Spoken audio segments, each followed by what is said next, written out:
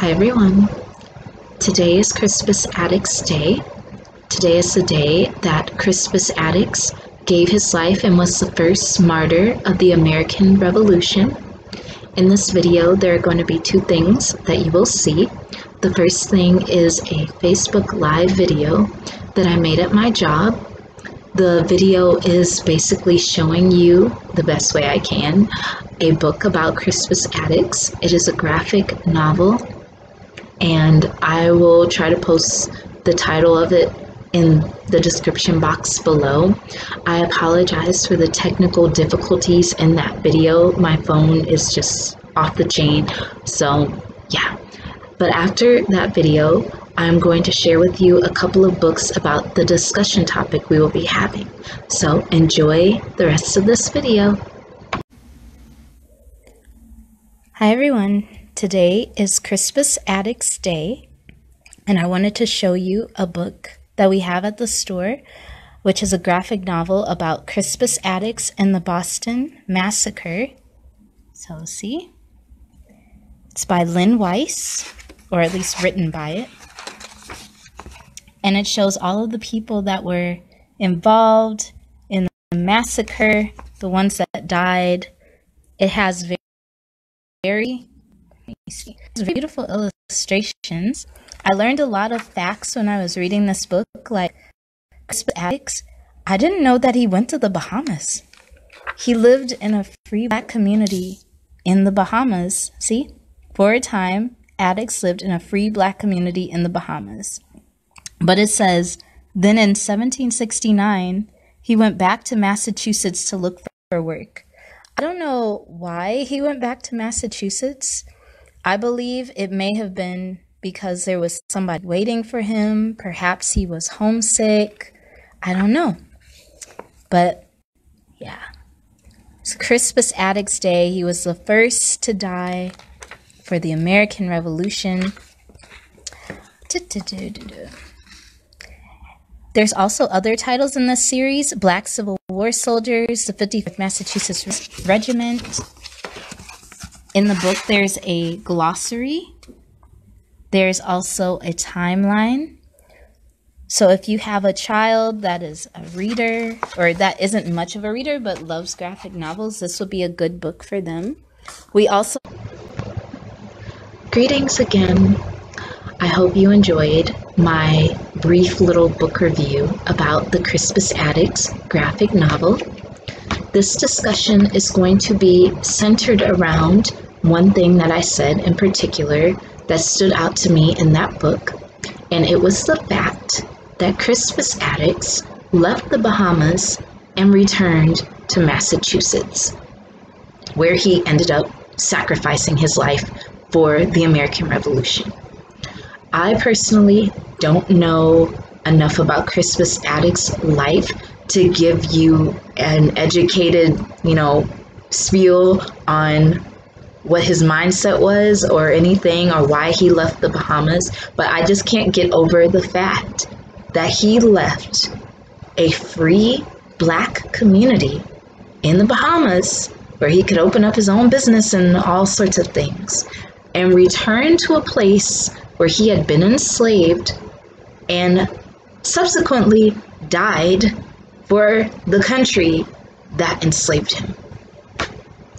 And I don't know if there was somebody there that he loved, that he went to return to, if he was homesick. I don't know why he would be homesick, because you were enslaved there, but I don't know.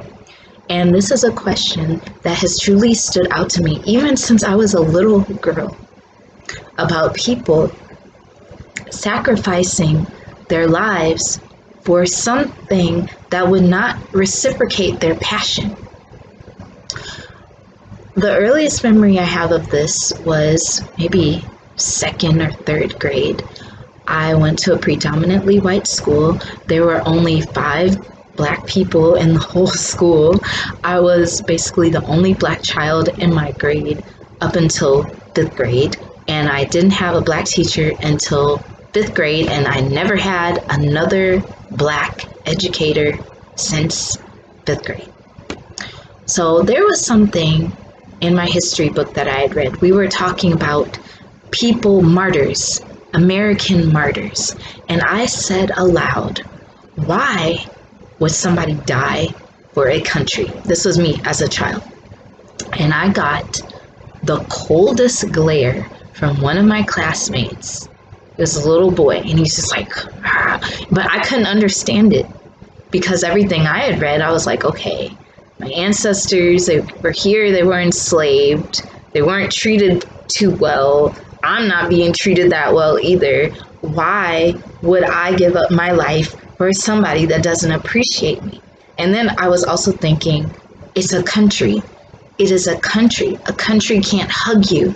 A country can't love you. A country can't feed you when you're sick. It doesn't give you kisses at night and tell you that it loves you. A country is not my mother. It's not my father. I don't know what it is, in my mind, in my child mind. So as I got older, I became more empathetic, and, I started to see the viewpoint of Black people that had died for this country in particular. I started to try to understand their mindset, why they did it. Did they really do it for the country, or were they doing it because they were trying to use any means that they could in order to get rights for their people, in order to get treated fairly? And I think on these things. So I wanted to share with you a few examples of Black people who decided to, give their passion for their country. Personally, I wouldn't do it. I would not do it. If you're not my mom, if you're not my friend, and I'm not right there immediately, then no thank you. But shout out to all of the veterans who make this sacrifice every single day. Shout out to you, because you are doing something a lot of people wouldn't do. It is strong to fight and die for something that you believe in, whether it's a religion, whether it's a diet, whether it's like a protest. It is very powerful, honestly. So I'm going to share with you, as I said, examples of people who decided to fight for America and what happened to them. So the first example I'm going to be using, the first examples are from 100 Years of Lynchings, edited by Ralph Ginsberg. I've had this book since I was maybe 14 years old. That's why it's falling apart. I can never finish it. Every time I get to the middle of this book, it disappears. So I've never finished it to completion. And it is the only book that's given me nightmares. So, first example. April 17th, 1880. First Negro at West Point, knifed by fellow cadets. West Point, New York. James Webster Smith, the first colored cadet in the history of West Point, was recently taken from his bed, gagged, bound, and severely beaten.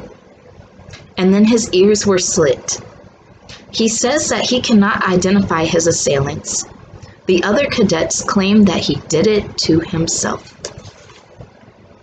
I remember when I first read that, I was still stuck on the line. The other cadets claim that he did it to himself. Now, this is a person who is technically fighting for this country, technically dedicating his life to protecting and serving the United States. And his own crew turns on him. His own crew, who's supposed to have his back, who's supposed to sacrifice their lives for him if they needed to save their fellow soldier. They slice his ears. Okay. Next example. April 5th, 1919. Negro veteran lynched for refusing to doff uniform. Blakely, Georgia. When Private William Little, a Negro soldier returning from the war, arrived at the railroad station here several weeks ago, he was encountered by a band of whites. the whites ordered him to doff his army uniform and walk home in his underwear. Several other whites prevailed upon the hoodlums to leave Little alone, and he was permitted to walk home unmolested. Little continued to wear his uniform over the next few weeks, as he had no other clothing. Anonymous notes were sent to him warning him not to wear his army uniform too long and advising him to leave town if he wished to sport around in khaki. Little ignored the notes. Yesterday, Private Little was found dead on the outskirts of his city, apparently beaten by a mob. He was wearing his army uniform. So, this is a man who also dedicated his life to protect and serve this country. Yet, he was harassed by the people that he was supposed to be protecting. Not only was he harassed, he was beaten up and he was lynched by these people that he dedicated his life to protect. That is absolute insanity. I don't understand. So I go back to Crispus Attucks. Why would you go back into that situation unless there was somebody that you loved waiting there? Why would you even fight alongside these people for this country that enslaved you? But shout out to you for having such a merciful heart, such a merciful soul, because I could not go there. And as a result, they're like, okay, some people got the idea, they're like, I'm not about to do all of this. So the last example from this book, June 26, 1903, Negroes ask, I think it's $100 million, $100 million to return to Africa. Montgomery, Alabama, June 25th, the National Colored Immigration and Commercial Association, meeting here in convention today, adopted a petition to President Roosevelt and the National Congress requesting an appropriation of $100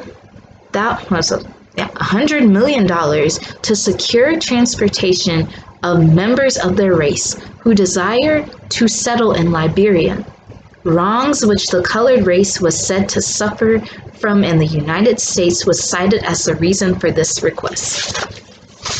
So at least some people kind of got the idea. They're like, okay, I fought for the country, I've died for the country, I protested against the country, I've served the country, and I built the country, yet they don't want me to have anything. So I'm about to leave, and you won't even give me money to leave, but you don't want me here. I'm so confused. Like me. So, the next example. The poems of Phyllis Wheatley. Why am I bringing up Phyllis Wheatley? Because Phyllis Wheatley, she wrote poems, obviously, but a lot of her poems were about the United States, fighting for freedom, fighting for justice in this country, supporting the troops in this country.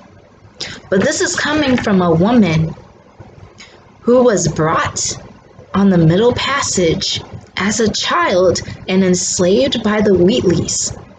This is coming from a woman who was a brilliant writer, yet people didn't even believe that she wrote her own writings. She had to stand before prominent white men in the society to prove that she wrote her own work.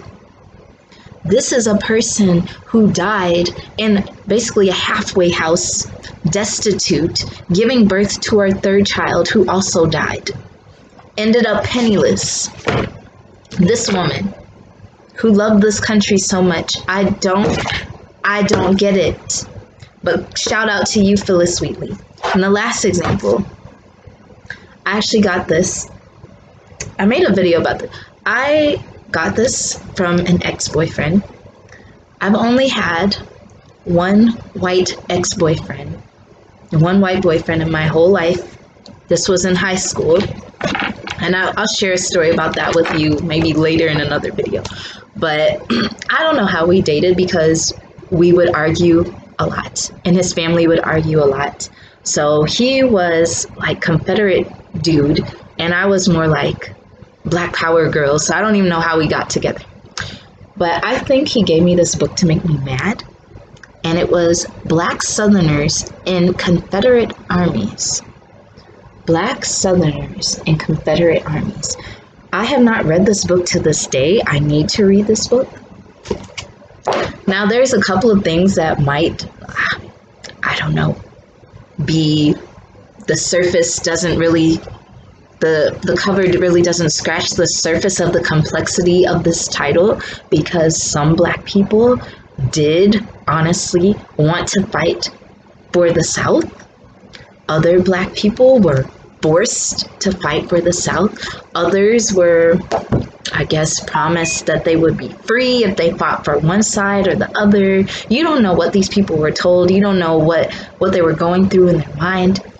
But this is yet another example of people dedicating their lives to a country that did not reciprocate their actions.